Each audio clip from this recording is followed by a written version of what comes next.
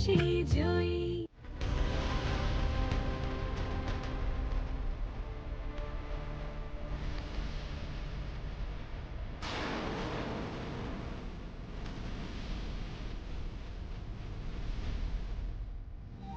পালিয়ে গিয়ে কখনো কোনো কাজ করো না জয়।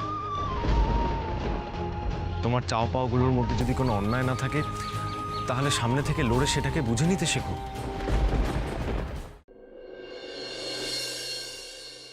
এখনো তোরা অপেক্ষা করছিস? আমি জানতে চাই যে এখনো কেন তোরা বেরোসনি? বাবা কি বলি বলো তো, ওই মেয়েটা মানে। হ্যালো বাবা, বলছি কি যে ওদের বাড়ির তো কিছু নিয়ম কানুন আছে, সেগুলো মিটে গেলেই বেরোচ্ছি। কেমন? না, বেরিয়ে যাব নয়, বেরিয়ে পর। আর একটা কথা মাথায় রাখিস, বেলা 12টার মধ্যে কিন্তু তোদের এই বাড়িতে ঢুকতে হবে। হ্যাঁ হ্যাঁ হ্যাঁ, তুমি চিন্তা করো না, 12টার মধ্যেই ঢুকে যাব। হ্যাঁ চিন্তা করো না, ঠিক আছে। কি হলো, বাবাকে সত্যিটা বললি না কেন? বলে ভালোই করেছে না বলে। অপ্রিয় সত্য যত না বলা যায় ততই ভালো।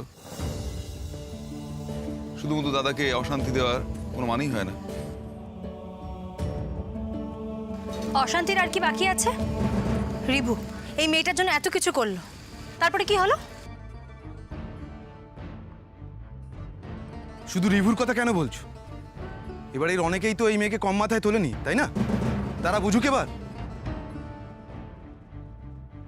তুই যে কাদের উদ্দেশ্যে কথাটা বললি সেটা আমার বুঝতে অসুবিধা হচ্ছে না অর্জুন।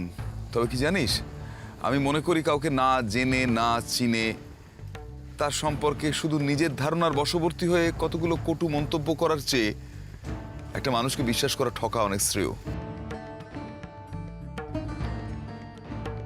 কিন্তু ছোটকা, তোমার বিশ্বাসে এই আত্মীয় পাড়াপড়শিদের মুখ বন্ধ করতে পারবো আমরা?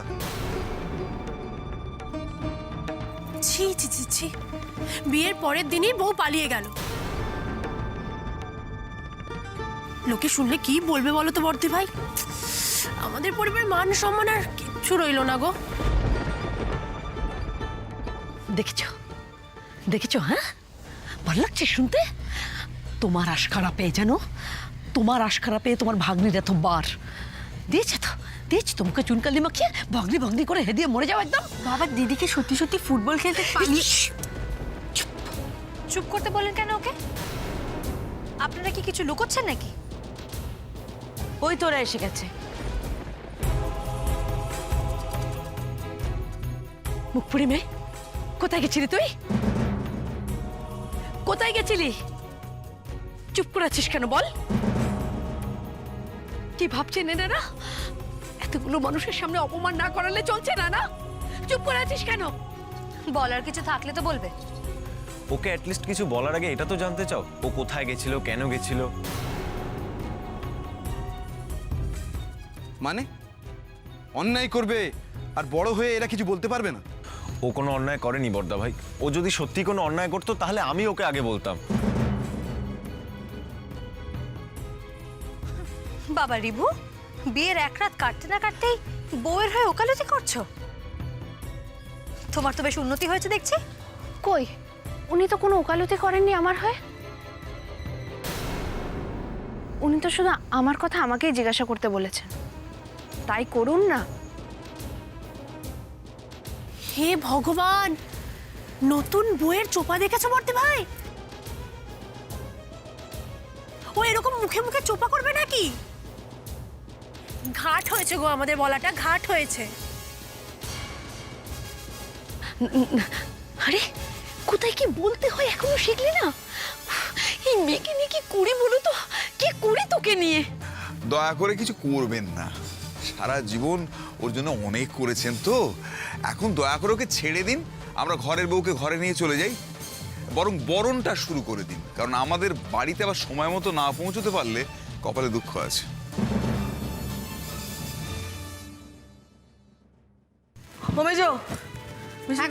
তাড়াতাড়ি কর, সময় তো হয়ে এলো। সময় তো হয়ে এলো, এখন ঠিক সময় মতো এলে তারপরে তো বাঁচি। অর্জুন বলল যে এখনো ওরা বাড়িতেই রয়েছে, এখনো বেরোয়নি। এখন কখন যে বাড়ি থেকে বেরোবে আর কখন যে এখানে পৌঁছবে খেয়ে যান। ও দাদা একটু ধৈর্য ধরুন, এত অস্থির হলে চলে? এত দূরে ছেলের বিয়ে দিয়েছেন, যাতায়াত করতেই তো কত সময় লেগে যাবে। তার উপর কাল রাতে সাপ আগুন একের পর এক ঘটনা, দু চোখের পাতা তো কেউ এক করতে পারেনি। সত্যি বাপু, কেমন বিয়ে! বিয়ে হওয়ার আগে থেকে বিয়ে শেষ হওয়া পর্যন্ত একটার পর একটা ঘটনা ঘটেই চলেছে।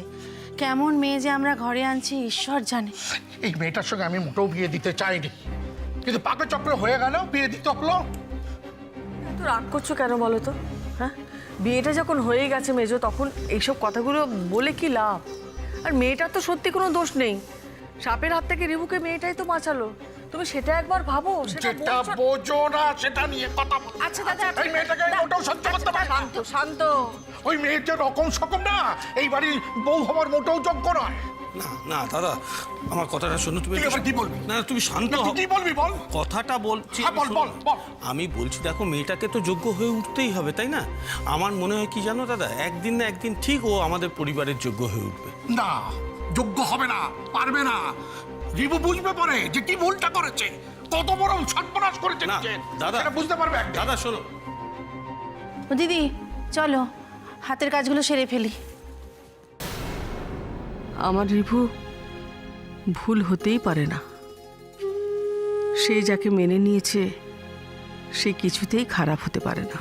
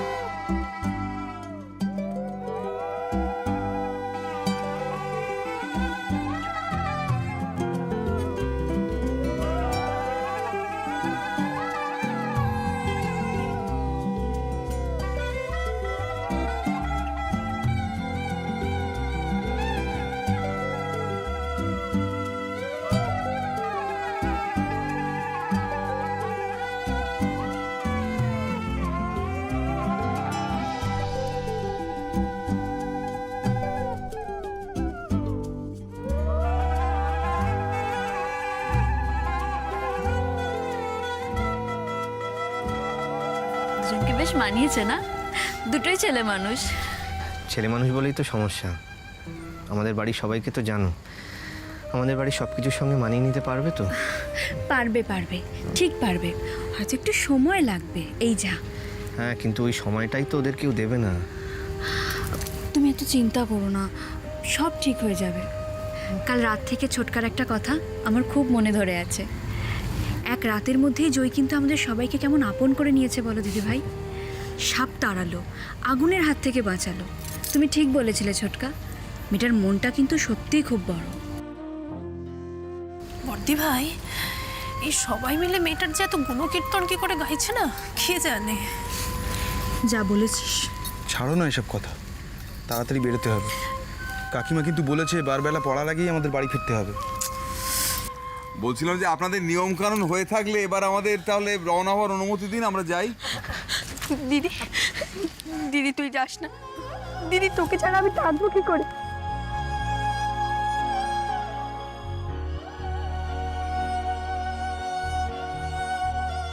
এই ছেলেটা না, উফ, এই ধিঙ্গি মেয়েটা ঘর থেকে নামলে আমি বাঁচি। আর একে দেখো, আমি কি করে থাকবো দিদি বলে মোরা কান্না জুড়লো। কাঁদিস না, কাঁদিস না বাবলু। আমি চলে গেলে তো তোকেই সব দেখতে হবে।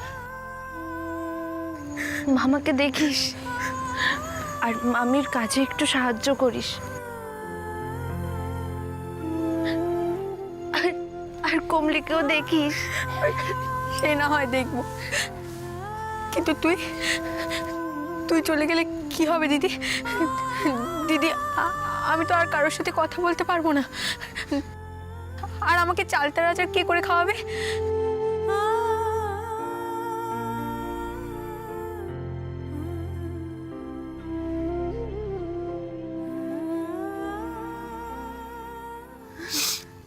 আরে তোরা এমন করে কান্নাকাটি করছিস কেন? চুপ কর, চুপ কর। বাবলু, যাবার সময় মেয়েটাকে এমন করে কাঁদাস। কত ভাগ্য করে এমন শিবের মতো স্বামী পেয়েছে বলতো।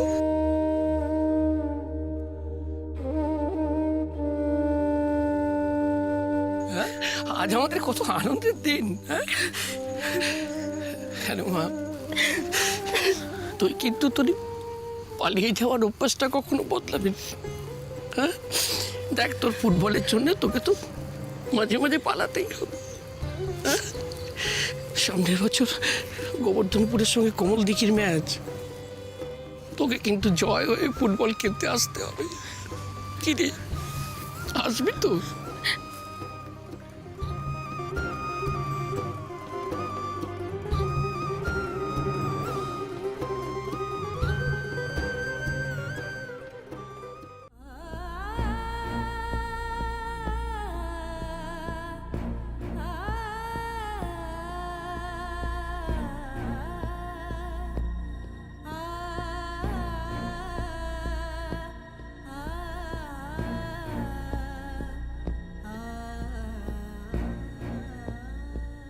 আমি জানি মামি, তোমারও খুব কষ্ট হচ্ছে। তুমি রোজ আমাদের বাড়ির পেছনে যে পেয়ারা গাছের চারাটা আমি লাগিয়েছিলাম, ওটা একটু মনে করে জল দিও। আহ্লাদ কত, পেয়ারা গাছের চারায় জল দেবে মামি? বাড়ির সব কাজ যদি আমি সামলাবো, এসবই যদি করতে হয় বাবা, তাহলে বড়লোক বাড়িতে তোর বিয়ে দিলাম কেন?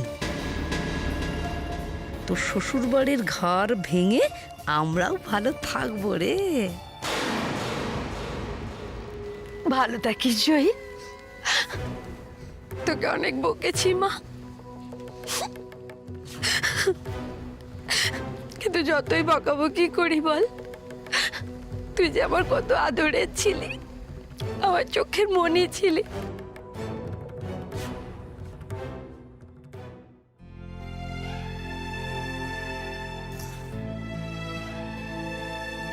আমার ভাগ্নিটাকে দেখো বাবা। ভালো থেকো। আপনি মন খারাপ করবেন না প্লিজ। ওকে যখনই দেখতে ইচ্ছা করবে আপনি গিয়ে দেখে আসবেন। শুধু দেখে আসার জন্য তো তোমাদের বাড়ি যাব না জামাই বাবা জীবন, গেলে ওখানে গেঁট মেরে বসে থাকবো। না বাবা, মেয়ে শ্বশুর বাড়ি কি আর যখন তখন যাব বললেই যাওয়া যায়? তবে তবে জানো তো, ওই বুড়ো মহাজনের কাছ থেকে টাকা ধার করে তোমার মামা সংসার চালাতো। সে লোক তোর টাকা ধার দেবে বলে মনে হয় না। কি করে যে সংসারটা চলবে?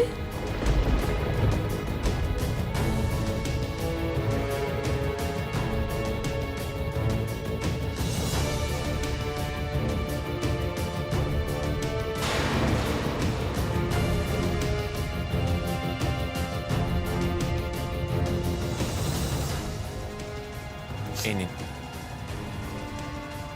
এই টাকাটা রাখুন, মামা বাবুকে দিয়ে দেবেন।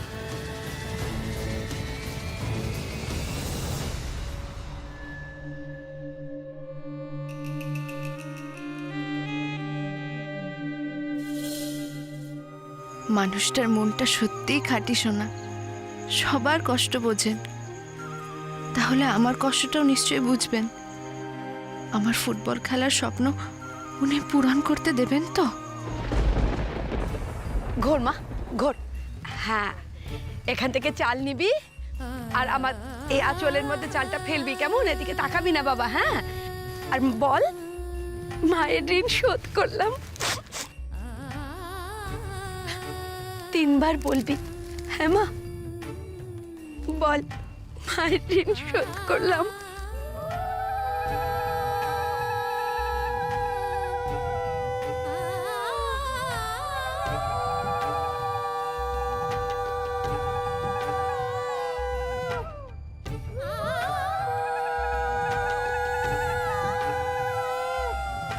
মায়ের ঋণ শোধ করলাম।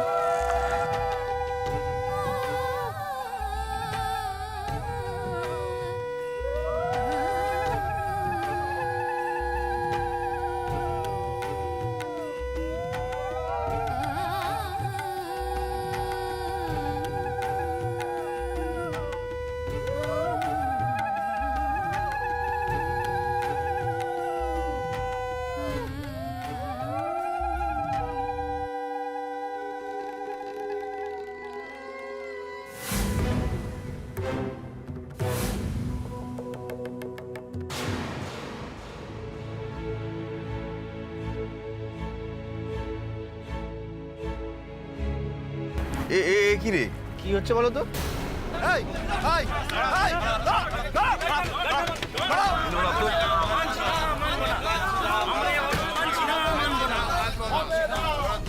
কি ব্যাপার কি আপনাদের কি ব্যাপার কেন গাড়ি আটকাচ্ছেন আপনারা? বাঁধের কাজের জন্য আমরা আমাদের বাড়ির জমি দিয়েছি, সেই জমি বাবদ একটা টাকা আজ পর্যন্ত পাইনি। আর আমরা আমাদের নতুন ঘর তুলবো কি করে? যতক্ষণ না পর্যন্ত আমরা আমাদের পুরো টাকা পাচ্ছি ততক্ষণ এখান থেকে কোনো গাড়ি যাবে না। শুনুন, আমার কথাটা আগে শুনুন, আমাকে কথা বলতে দিন। দেখুন, এই কাজটা করতে একটু সময় লাগবে, আর তাছাড়া সরকারি দপ্তরে টাকাটা পাস হতে তো একটু টাইম দরকার নাকি? আর ততদিন আমরা কি রাস্তায় রাস্তায় থাকবো নাকি? শুনুন, যতদিন না আমরা আমাদের প্রাপ্য টাকা পাচ্ছি ততদিন আমরা এখান থেকে ধর্মঘট তুলবো না, আর কোনো গাড়ি এখান থেকে তুলবো না, একদম। এই তো আচ্ছা ঝামেলা হলো। বাবা আবার ওদিকে বলে দিয়েছে 12টার মধ্যে যেতে হবে, নাহলে তো রেগে যাবে আবার। কেউ যেতে পারবে না এখান থেকে। বাবা ফোন করছে, কি বলবো বলো তো? কাকাই তুমি কথা বলো। ছোটকা তুমি আরে এই সময় বাঘের ভয় সন্ধ্যা হয়, দাদা এই সময় ফোন কি বলবো? তুমি সত্যি কথা বলো, এরকম একটা ঝামেলায় আটকে গেছি, না হলে তো দেরি হলে আবার চেঁচামেচি করবে, রাগারাগি। হ্যাঁ বলো দাদা। হ্যাঁ, কখন তোরা এখানে এসে পৌঁছচ্ছিস? আরে পৌঁছে তো যেতামই, কিন্তু এখন যা ঘটছে তাতে কখন পৌঁছবো কিছু বুঝতে পারছি না। মানে এখানে একটা অবরোধ হয়েছে, সব এই দাবিতে একটা অবরোধ হয়েছে, সেই অবরোধ না সরলে যেতে পারবো না, ওরা কিছুতেই কোনো গাড়ি যেতে দিচ্ছে না।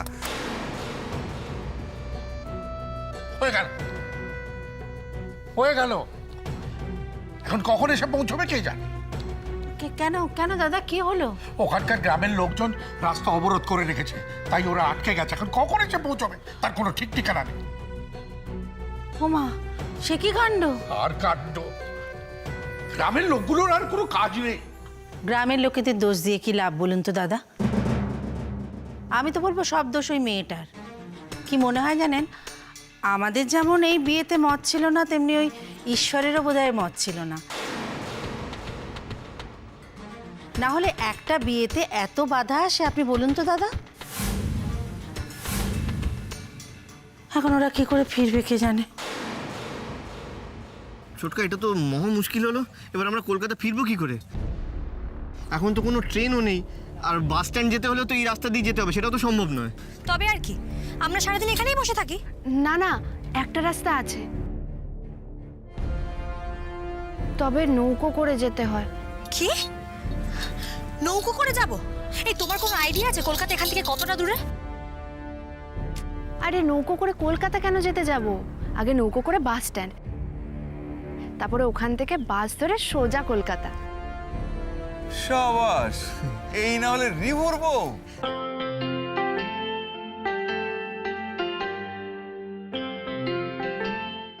বর্দি ভাই, তুমি শুধু রাস্তার কথা বলছো। ওই দেখো নৌকা, আমার তো নৌকো দেখেই ভয় লাগছে। ও বর্দি ভাই, আমরা যদি মাছ নদীতে ডুবে যাই কি হবে বলো তো? আরে কিচ্ছু হবে না, সবাই তো এভাবেই পারাপার করে। হ্যাঁ, কারুর কোনো কি বিপদ হয় নাকি?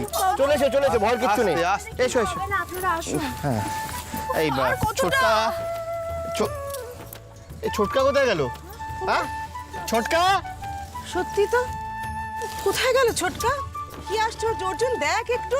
আর কোথায় দেখবো বলো তো? এসেছি, আমি এসেছি, দূর থেকে ঘুরে ঘুরে বহু পথ ঘুরে আমি এসেছি। তো বুঝলাম, আমরা এদিক দিয়ে এলাম, তুমি এদিক দিয়ে এলে কেন? গরম গরম জিলিপি ভাজছিল, নিজে খেয়েছি আর লোভ সামলাতে পারিনি, তাই জন্য তোদের জন্য নিয়ে এসেছি। Thank you. জিলিপি এই ওদের দাও আগে। নে, এই নাও।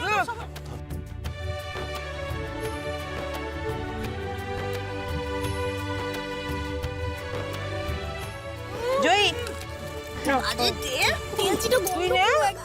ওই দেখো, বাজে তেল বলছে, চোরা না শোনে ধর্মের কাহিনী। এই রাখো না, বুঝতেই পারতাম না এত ভালো স্বাদ হতে পারে জিলিপি। গরম। না, চলো হয়েছে, মানে জিলিপি খাচ্ছি, চলো। না মোস্ট বেরো শিখ। হ্যাঁ, চলো। চলে যান সাবধানে। সাবধানে, যাও, ধরো। ধরতে হচ্ছে, ভালো করে ধরো। আরে পড়ে যাবে। চলো।